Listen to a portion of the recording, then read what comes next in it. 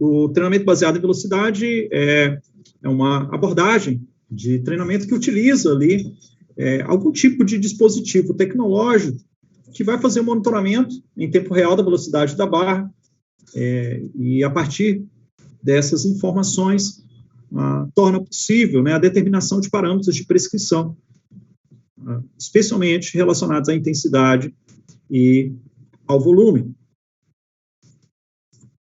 Então, vamos entender como isso funciona, né? Nós temos disponíveis hoje, né, dentro do mercado, com a evolução tecnológica, uma série de dispositivos, e cada vez surgem dispositivos novos, né? A gente vai ter oportunidade de discutir um pouco mais sobre esses dispositivos tecnológicos, mas a gente poderia dividi-los em alguns grupos, né? A gente tem aqui os grupos dos encoders, a gente tem os grupos dos acelerômetros, ou os IMOs, né?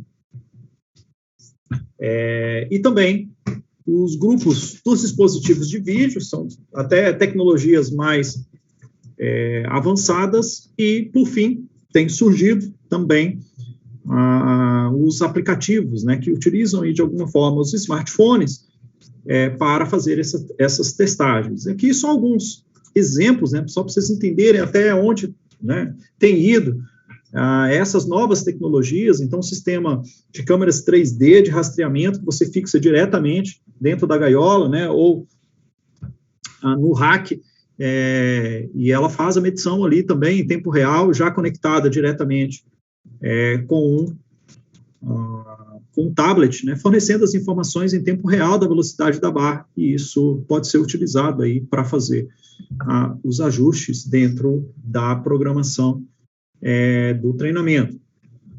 Então, de sistemas, né, como esse, né, extremamente sofisticados, nós temos também aplicativos hoje que utilizam a própria câmera do celular através de um algoritmo que fornece em tempo real a velocidade da barra com relativa acurácia, né? A gente vai discutir também um pouquinho sobre, especialmente esse aplicativo métrico. Esse de cá, pessoal, eu confesso, eu não consegui testar para falar com vocês, mas foi curioso. Eu estava procurando algumas coisas para inserir aqui, e apareceu esse aplicativo para mim. Curiosamente, eu não conhecia. Olhei, já tem até, inclusive, uma validação teste no Journal of Strength and Condition, desse aplicativo cruzando com o encoder, e parece que os resultados são bem interessantes, né? Você fixa ele na barra e também em tempo real, ele fornece ali as informações da velocidade da barra, mas já combinei aí com alguns alunos meus, a gente vai testar isso em laboratório, mais precisamente, mas pelo menos do que eu vi da funcionalidade parece ser bem interessante. Então, nós temos dispositivos, né, tecnológicos altamente sofisticados e outros que utilizam, né, o próprio celular, e hoje todo mundo tem um smartphone que possa, de alguma maneira, monitorar em tempo real a velocidade da barra.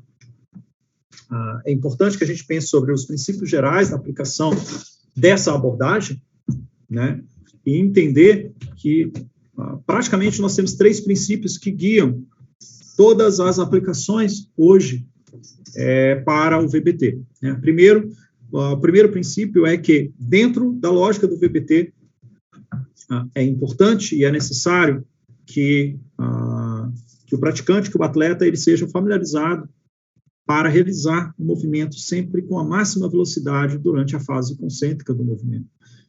Isso tem aspectos importantes para a medição da velocidade, então, requer familiarização, né? É rápida essa familiarização, não é algo que demora muito para o atleta se familiarizar. Então, sendo bem feita essa familiarização rapidamente, o atleta com uma boa vivência aí de treinamento de força, ele consegue aplicar esse princípio, e tem aspectos, né, relacionados a esse princípio que funcionais também, adaptativos importantes, né? A máxima velocidade concêntrica, ela tem essa possibilidade de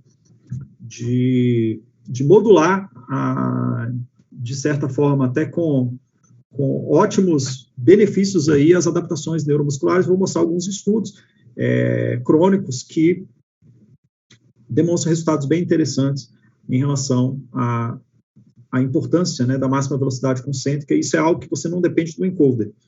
É algo que, segunda-feira, vocês podem já começar a aplicar esse princípio do VBT de realizar a fase concêntrica em máxima velocidade intencional. O segundo princípio é a relação carga-velocidade, então é uma relação mecânica. A carga aumenta, obviamente, por mais que você tenha a intenção de mover a barra com máxima velocidade, a velocidade ela vai reduzir à medida que aumenta a carga. E a terceira relação é a relação fadiga-velocidade, e da mesma forma, dentro de uma série de repetições contra uma dada carga, por mais que você tenha a intenção de mover essa barra rapidamente a cada repetição, há uma redução não intencional da velocidade à medida que a fadiga aumenta dentro da série. Então, esses 3 princípios, eles guiam toda a intervenção e a lógica de aplicação dentro do VBT. Então, dentro da ideia e do princípio da máxima velocidade concêntrica, todo movimento, todo exercício resistido, ele vai incorrer em 2 fases. Uma fase excêntrica, da qual há o encurtamento, vamos dizer assim, do grupamento muscular alvo. Por outro lado, na fase concêntrica, é o contrário, a musculatura alvo ali, ela vai ocorrer no seu alongamento. Então, se eu tenho um dispositivo tecnológico conectado à barra, e sabendo que a velocidade é a variação da distância pelo tempo, e se eu conheço a distância, e se eu mensuro também a variação do tempo, obviamente eu vou ser capaz de medir a velocidade. Então, a lógica geral por trás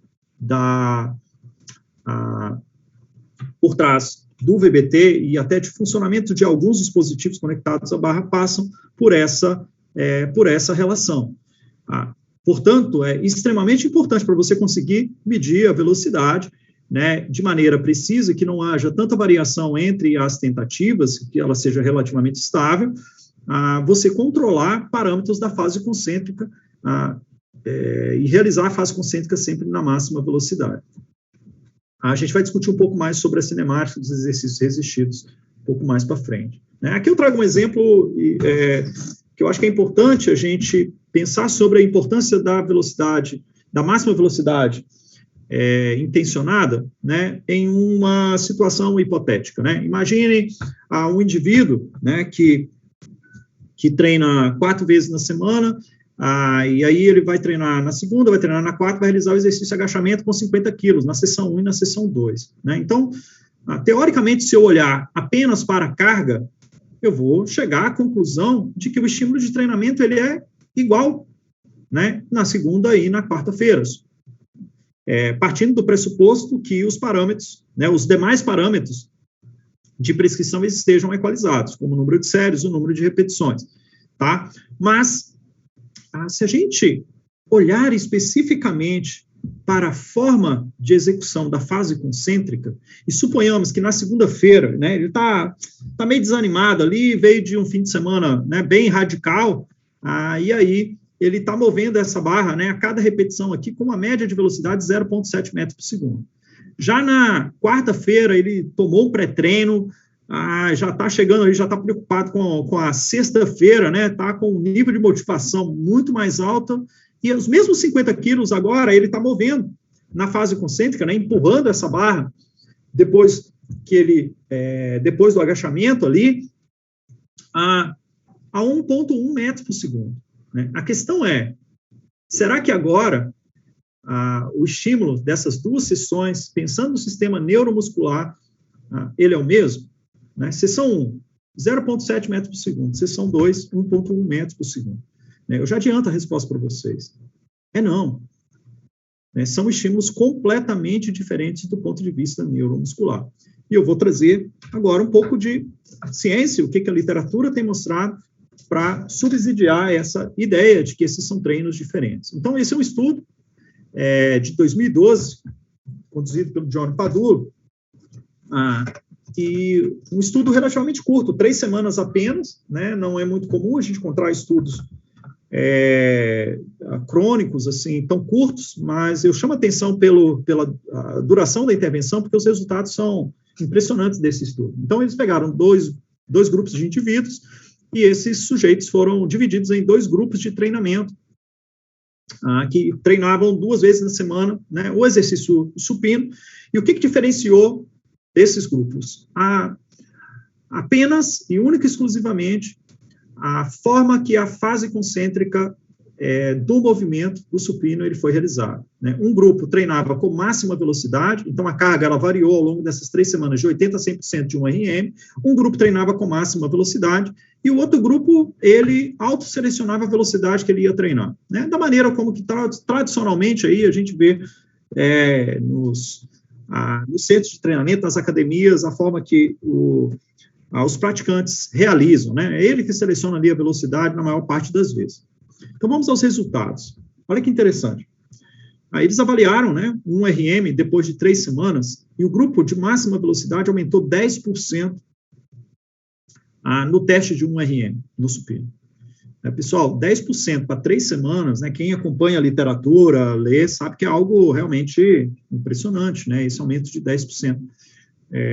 Em apenas 3 semanas de treino, né? Já o grupo que autorregulou a velocidade não teve nem incremento aqui, né? Não foi considerado significativo esse aumento aqui no teste de 1 RM.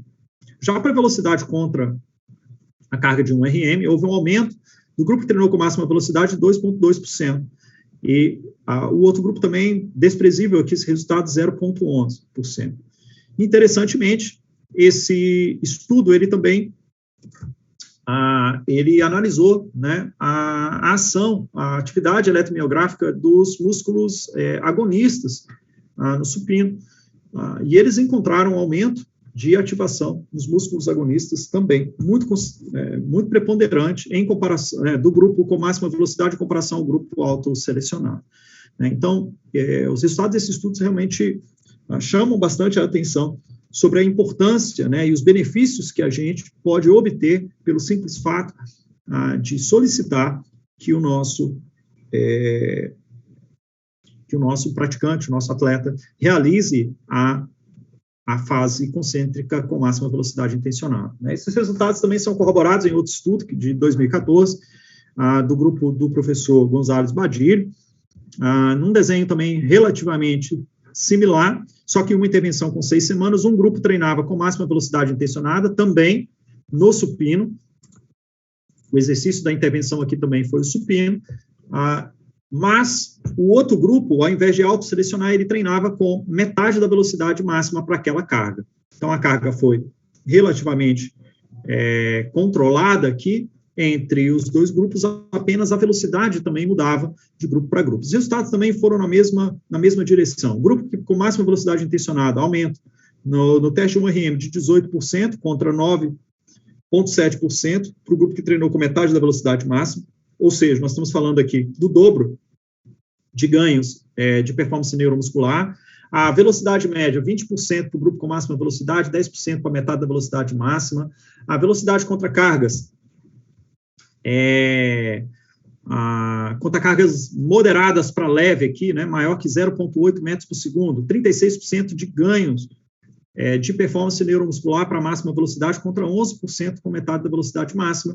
Para cargas moderadas altas, 0,8 metros por segundo, 17% de ganho de performance para o grupo que treinou 6 semanas com máxima velocidade contra o grupo 4,5% do grupo que treinou com metade da velocidade máxima. Então, são 2 estudos clássicos da literatura, mas que mostram, né, como nós podemos nos beneficiar, né, e gerar maior potencialização das adaptações crônicas pelo simples fato, né, de implementar esse princípio do VBT, que é realizar a máxima velocidade intencionada durante a fase concêntrica.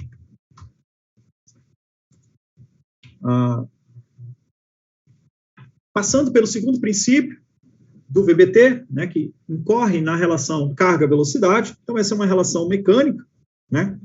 Não precisa de algo muito extenso para entender que se você aumenta a carga, e por mais que você tenha a intenção de mover com máxima velocidade essa carga, com o incremento da carga, a velocidade que você vai conseguir imprimir contra essa carga, ela vai reduzir.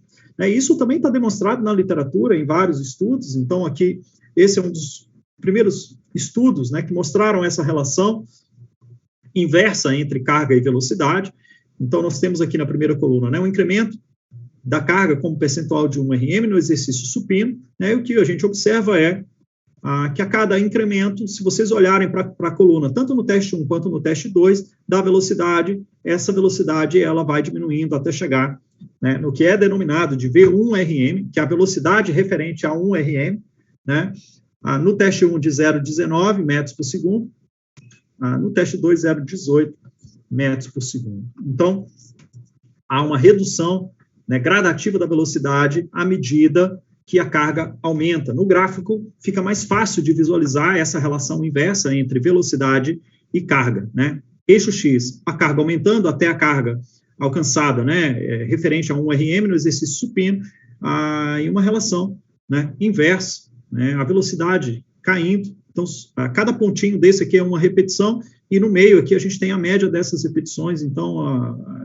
realmente, isso está bem demonstrado na literatura, né? Um outro estudo com outros exercícios, a gente tem aqui 3 variações, né, de exercícios de membro inferior, o agachamento profundo, meio agachamento, leg press, e essa mesma relação, ela é demonstrada em outros estudos da literatura. Poxa, Fabiano, mas você mostrou só os exercícios, né, lineares, e exercícios não lineares. A gente tem esse estudo também, tanto bilateral quanto unilateral, na extensão, na cadeira extensora, que também demonstrou que essa relação ela existe, né? Tanto do ponto de vista, se eu levo em consideração, né, a amostra geral, então aqui são todos os indivíduos sendo analisados, né, e sendo gerada essa equação da reta, a gente observa essa relação inversa. Aqui só está invertido, tá? Nós temos aqui no eixo Y a carga sendo aumentada e no eixo X a velocidade, né? A velocidade propulsiva média, medida com eu acho, esse estudo, Fábio, você lembra? Não sei se, eu não lembro se era um encoder, se foi uma câmera aqui. Então, isso que eu ia comentar também, Fabiano. Dá para fazer dos dois jeitos. Acho que tinha um implemento aqui, né, na barra. Isso. Porque como o movimento é angular, não dá para colocar o encoder na extremidade onde está o pé do atleta. Foi então, normalmente aqui. Coloca isso naquele pino que vai nas placas, e aí quando as placas sobem no movimento linear, essa velocidade é medida. E é claro que essa velocidade linear ela é proporcional ao movimento angular. Então, dá para usar também o encoder no equipamento que tem placas, mesmo que o movimento não seja linear. Perfeito.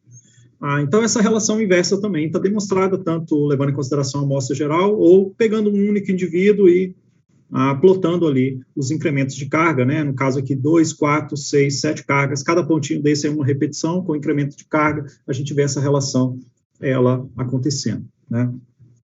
É importante a gente compreender essa relação, porque isso vai ter implicações mais para frente, né, do ponto de vista da prescrição, usando a abordagem VBT, né? Por fim, o terceiro princípio geral da aplicação do VBT, ela passa pela relação fadiga-velocidade. Então, da mesma maneira, ou de forma similar, existe uma relação inversa entre a fadiga e a velocidade. Aqui eu estou falando de fadiga dentro da série, tá? Então, esse é um estudo muito legal, é um estudo de 2006, também do grupo, né, dos espanhóis, Miquel Izquierdo, e tem aí também como autor o professor Badilho, né, eles pegaram, colocaram um encoder na barra e submeteram os sujeitos, né, para realizar séries até a falha com diferentes magnitudes, né? E eles monitoravam a velocidade a cada tentativa, para cada série. Então, aqui, no eixo X, a gente tem o número de repetições que os sujeitos realizavam, né, considerando aqui diferentes cargas. Obviamente, se a carga é menor, o sujeito vai conseguir realizar um número de repetições maior, como, por exemplo, aqui, 60% de 1 RM no supino, realizou aqui 17 repetições, né, em média. Tá? E no eixo Y a gente tem a velocidade da barra, em metros por segundo. E olha que interessante, independente da magnitude da carga, o que nós observamos a cada repetição é que um decréscimo na velocidade à medida que os indivíduos vão aumentando, né, ou chegando próximo à falha muscular. A cada repetição, nós temos uma quedinha na velocidade da barra, até que a falha acontece. Interessantemente, é que a falha, independente da carga, ela acontece mais ou menos na mesma velocidade, né, próximo aqui a 0,18, 0,19 metros por segundo. Mesmo quando ele realiza uma carga menor, realiza mais o número de repetições. Mas o mais importante aqui, dentro dessa relação fadiga-velocidade, é que existe uma relação linear inversa entre velocidade e fadiga. À medida que a fadiga aumenta dentro da série, a velocidade da barra cai. Isso também está demonstrado em outros estudos, o próprio grupo do Badilho, esse estudo é bem interessante também, eles realizavam ali um número máximo de repetições contra uma determinada carga, e aqui eram 12 repetições, né, eles identificaram ali uma carga equivalente a 12 repetições máximas e submetiam os indivíduos a realizar 3 séries de 12 repetições máximas. E o que nós observamos, né? Aqui nós temos a série 1, série 2, série 3. Então, a cada repetição, um pouquinho de queda na velocidade, né? O acúmulo de redução da velocidade na primeira série foi de 65%, então começou com 0,58 metros por segundo, finalizou a série com 0,20. A segunda série, algo similar, 0,55 metros por segundo, então possivelmente já tinha um pouquinho de fadiga residual da primeira para a segunda, porque isso aqui é até a falha muscular, né? E finalizando lá com 0,19, mas é nítido, né? A gente observar essa redução praticamente linear aí dentro ao longo da série. A mesma coisa na série 3, né? Então, fica nítido, né? Esse comportamento e essa relação inversa entre a fadiga e velocidade, né? Isso, posteriormente, né, dá origem à ideia de se utilizar um paradigma, né, do velocity loss stop, ou utilizar um determinado percentual de perda de velocidade dentro da série como um parâmetro para você estopar a série, para você encerrar a série. Obviamente, se você acumula 65%, né, de perda de velocidade dentro de uma série, esse é um nível de esforço e um nível de fadiga muito alto. Né? Mas e se eu trabalhar com 10% de perda de velocidade? Eu preservar, né, trabalhar longe da falha muscular, né, e preservar o nível de performance neuromuscular dentro da série. Então, a gente também vai ter um módulo que nós vamos discutir profundamente, né? A ideia é que vocês tenham uma noção desses princípios, desses fundamentos, como que isso se aplica dentro da lógica do VBT, mas a gente vai destrinchar isso daqui, né, de hoje para amanhã, e a gente vai ter um módulo específico, nós só vamos conversar sobre como utilizar esse paradigma, né, para fazer o controle do número de repetições, individualizar, né, fazer a autorregulação dentro do número de repetições e controlar o volume dentro das séries, usando esse paradigma que parte dessa relação fadiga-velocidade. Interessantemente, esse mesmo estudo também analisa, né, essa relação da perda de velocidade com marcadores, né, e com estresse metabólico, como, por exemplo, o lactato sanguíneo, e os resultados mostram uma correlação, né, à medida que aumenta a perda de velocidade dentro da série, né, então vai aumentando a fadiga, aumentando a perda de velocidade, consequentemente o estresse metabólico, tanto para o agachamento quanto para o supino, ele é um aumento linear. Tá? A mesma coisa, eles avaliaram também e consideraram, né, a perda de velocidade com a perda de desempenho no salto, também encontraram relações lineares, né, a perda de velocidade com a carga equivalente a 1 metro por segundo antes de realizar as 3 séries e após realizar as 3 séries, também encontraram relações lineares, né, então isso chancela, e são evidências, né, que subsidiam a lógica de que a perda de velocidade é realmente um indicador de fadiga neuromuscular, e isso pode ser utilizado como parâmetro para a prescrição e controle da fadiga dentro da série e também a prescrição do volume. Então, quando nós juntamos esses princípios, né, e aí o mérito deste autor, né, Weakley, ele traz uma lógica de aplicação, né, dentro da abordagem VBT, né, que, por exemplo, vai, né, do menor uso da velocidade, então, ou seja, né, você pode escolher um parâmetro um pouco mais simples, que é apenas fornecer feedback online. Eu não trouxe aqui os artigos, mas né, tem estudos que mostram que o simples fato do atleta visualizar o seu desempenho e a velocidade que ele está colocando, né, de maneira instantânea contra a barra, isso tem efeitos benéficos do ponto de vista adaptativo. Então, você pode trabalhar usando o monitoramento em tempo real da velocidade para aspectos motivacionais e garantir que o atleta esteja sempre realizando a fase concêntrica na maior velocidade intencional. Você pode utilizar a velocidade da barra como parâmetro de prescrição da carga, né, controle da intensidade, porque existe a relação carga-velocidade, e essa relação ela é inversa e diretamente, né, inversamente proporcional ao percentual da carga equivalente a 1 RM, mas como essa relação ela é muito forte, né, você olhar para a velocidade, você está enxergando também a intensidade relativa dentro de 1 RM. Isso pode ser utilizado como parâmetro de prescrição, sem necessariamente, se você monitorar a velocidade da barra, ter que realizar um teste de 1 RM e passar por aqueles inconvenientes que foram discutidos no início desse módulo. Né? Monitoramento das respostas adaptativas. Então, se o atleta está ganhando força e ele está se beneficiando das adaptações neuromusculares, contra uma mesma carga, ele vai conseguir imprimir mais velocidade.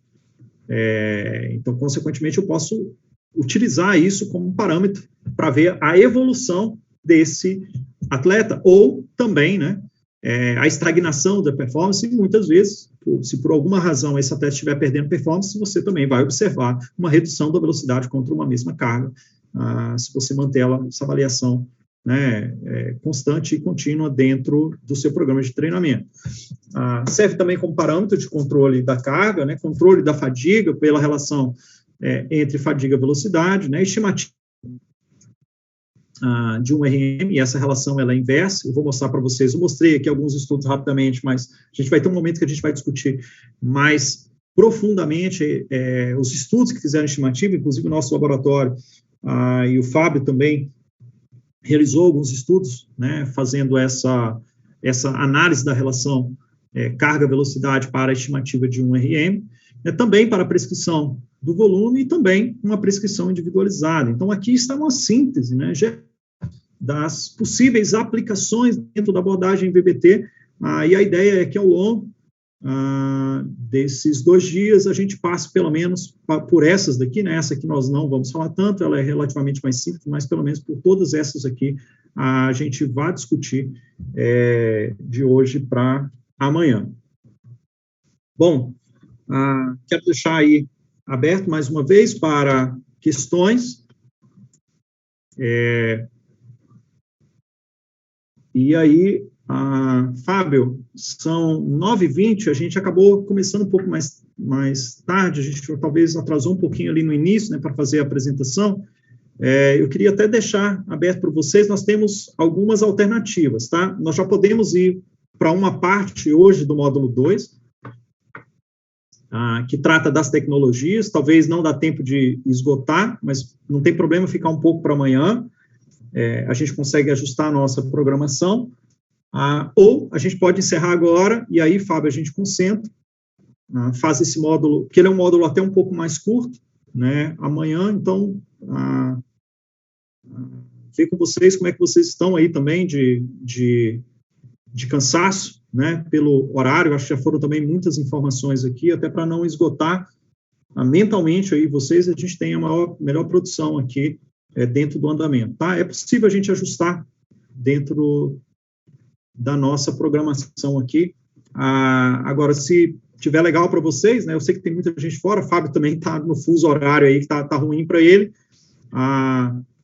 Se for o caso, a gente dá uma acelerada, mais uns 20 minutinhos aqui, e já trata algumas questões da parte de tecnologia, tá? Mas, de qualquer forma, vamos abrir aí para as questões, se vocês tiverem, nesse segundo momento, e depois a gente só finaliza qual vai ser o encaminhamento aí melhor para vocês, se encerra aqui, ou se a gente faz ainda um pouco do módulo 2. Como é que você está aí, Fábio? Para mim é diferente, Fabiano. Só acho que talvez seja melhor para a gente organizar tudo, manter no máximo possível os horários que a gente tinha combinado com eles. E aí, eventualmente, amanhã, se tiver que acelerar um pouco nessa parte das tecnologias, acho que também não é um grande problema, porque é mais uma... A gente encurta também, a gente deu 2 horas de intervalo de almoço, não tem problema a gente pegar meia horinha ali e encurtar. Eu acho que 1h30 é possível todo mundo aí, com relativa tranquilidade, almoçar, né? Beleza, pessoal, alguma questão? Querem aproveitar aí, já discutir alguma coisa?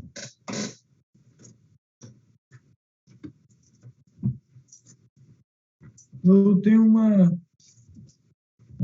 acho que pode ser abordado à frente, assim, rapidamente, só aquele estudo que tu apresentou do Badilho, onde teve aquela perda, acho que foi 65%, né, mas eram 12 repetições, o número de repetições foram definidas no protocolo.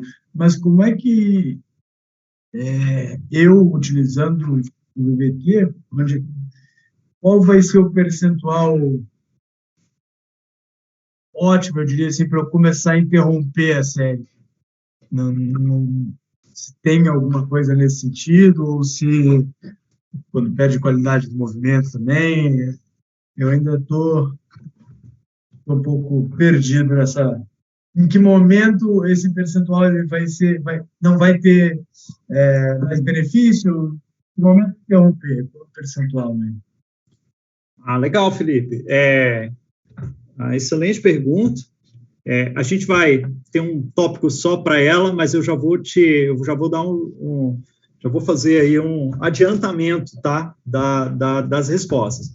Na verdade, a gente tem uma faixa, tá, Felipe, um espectro relativamente seguro que promove ótimas adaptações, pelo menos para a maioria das adaptações neuromusculares, e aí você pode escolher.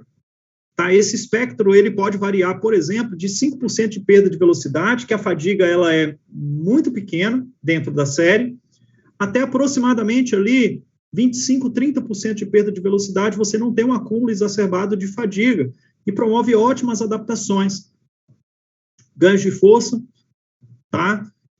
Aumento de potência, né? Embora os estudos não meçam ali taxa de desenvolvimento de força, a maioria deles, mas a gente tem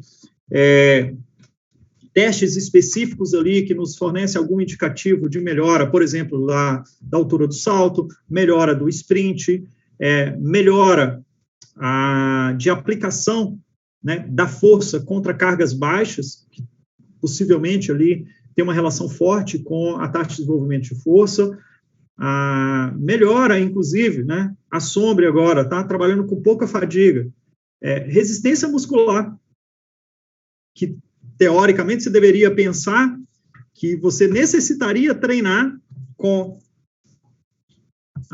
fadiga muito alta para você melhorar essa capacidade.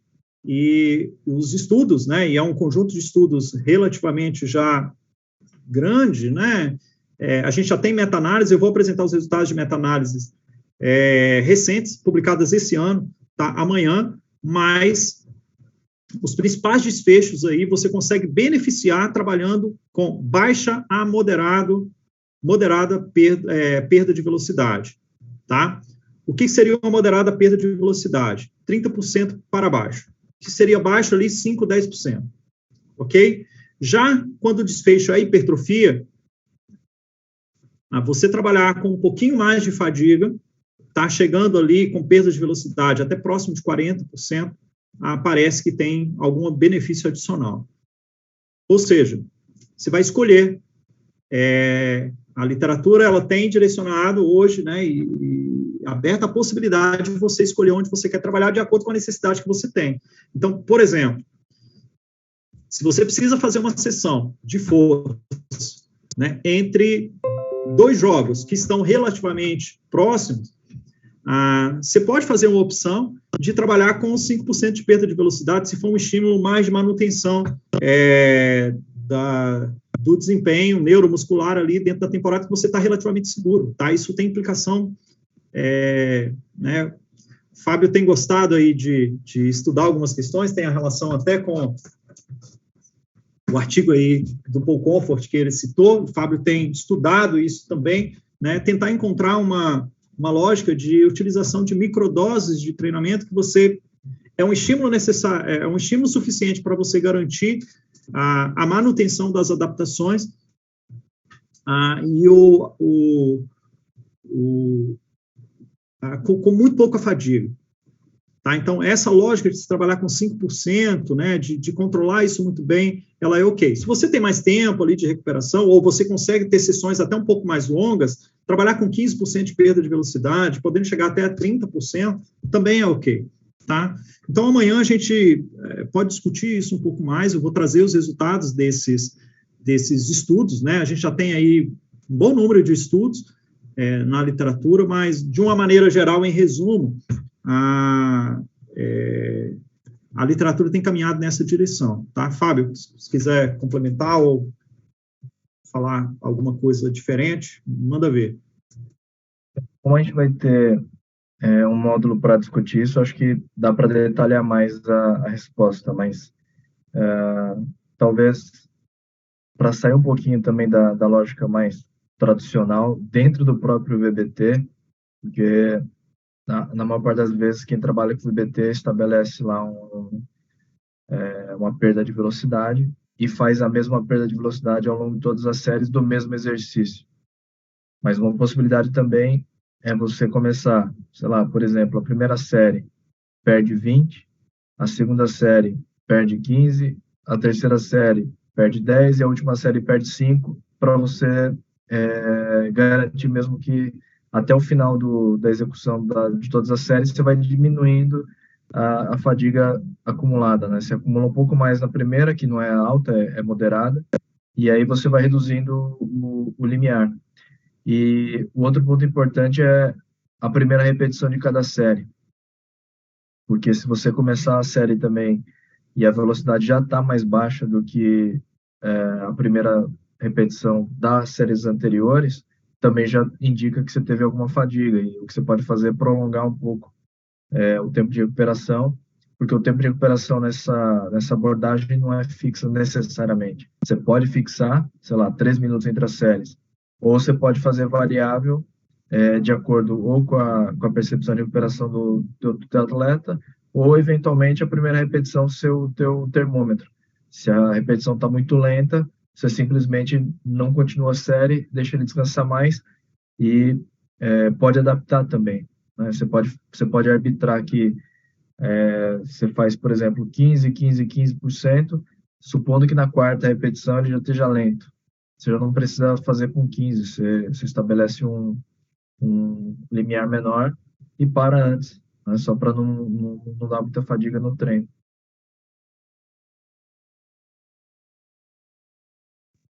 Perfeito. Obrigado.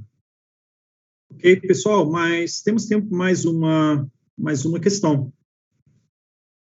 Alguém? Raoni? Professor, eu tenho uma dúvida. Em relação a ganhos de força, né, força máxima, no contexto esportivo, seria mais interessante a gente focar em aumentar a carga, a intensidade ou o aumento da velocidade?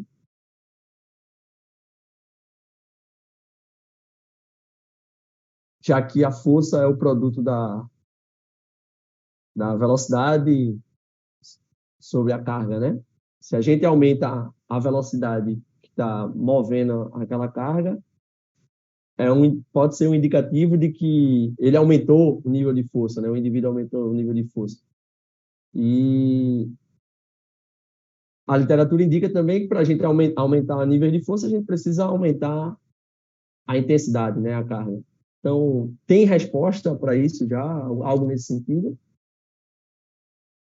Vou tentar elaborar um pouco isso, porque se você tem uma carga submáxima, que você sempre testa para ver a predisposição para o treino ou a prontidão, né, para o treino, e a velocidade tá aumentando ao longo do tempo, isso significa necessariamente que você ficou mais forte, né? Porque pela fórmula, você aumentou a aceleração da barra, porque a velocidade aumentou, e como a carga é a mesma, a gente tem que assumir que a força, pelo menos para mover aquela carga, já foi maior, né? Então, o fato da barra ficar mais rápida, por uma carga fixa, já indica que o indivíduo está mais forte. E aí tem mecanismos para você aumentar essa força. Porque como a gente está assumindo aqui que essa carga é submáxima, e normalmente você pode ter aumentado a força máxima dinâmica, vamos colocar assim, que é um RM, né, que é um mecanismo para você aumentar a velocidade da barra numa carga submáxima, que naturalmente, se o teu RM é maior, numa carga submáxima, você vai mover com mais velocidade. Isso é uma intercorrência das próprias equações de predição de uma repetição máxima a partir da velocidade da barra, assumindo que, num percentual fixo de um RM, você sempre vai ter a mesma velocidade. É difícil saber qual foi o mecanismo que induziu o ganho da força nesse caso, se não testar os próprios mecanismos, né? Não sei se vocês já tiveram a curiosidade de ler os livros de fisiologia do exercício mais básica, como é que antigamente se fazia estimativas de ganho de adaptação neural, adaptação hipertrófica e tudo mais. Então, se você quiser saber realmente mecanismos, teria que fazer mais medidas. Mas eu acho que o fato da velocidade da barra estar maior já é um bom indicador de aumento de força. Independente se na carga de um RM, necessariamente acontece, ou se é algo mais localizado naquela região da relação carga-velocidade. Porque também pode acontecer, se você treina muito numa região, às vezes você não muda a curva inteira, você muda um pouco mais localizadamente naquela região. Se a pergunta ela é mais de cunho teórico, de dúvida teórica, eu acho que está respondida pelo Fábio. Agora, se for de cunho prático também, Raoni, do ponto de vista da escolha, a minha escolha como treinador seria trabalhar com cargas altas na máxima velocidade. Vou combinar, teoricamente, se tem dois fatores influentes, eu vou aproveitar que ele tem de melhor nesses dois fatores, que é máxima intenção de velocidade numa zona de altas cargas. Embora, pela relação mecânica, se você observar a barra ou você medir a barra, por mais que você está com intenção, essa barra não vai mover em alta velocidade, mas a intenção de quem está realizando o exercício em mover aquela carga, mesmo ela sendo alta, com máxima velocidade, é isso que vai potencializar as adaptações, né, especialmente ali de cunho neural, né, aumento de taxa de disparo, recrutamento, a ativação de unidades unidades motores de alto limiar. Então, seria a combinação. Então, você tem uma resposta mais de cunho teórico, de testagem de hipótese, né, que foi a resposta do Fábio, e do ponto de vista de escolha prática do dia a dia, a minha escolha seria essa. Eu combino o que tem de melhor dos dois. Não, perfeito. Obrigado, Fábio. Obrigado, Fábio. Pessoal, eu vou fazer, então, uma sugestão para que a gente realmente respeite o horário. A gente está passando aqui, né, 5 minutos do horário previsto, que seria 9h30, para a gente fazer um ajuste na nossa programação de amanhã.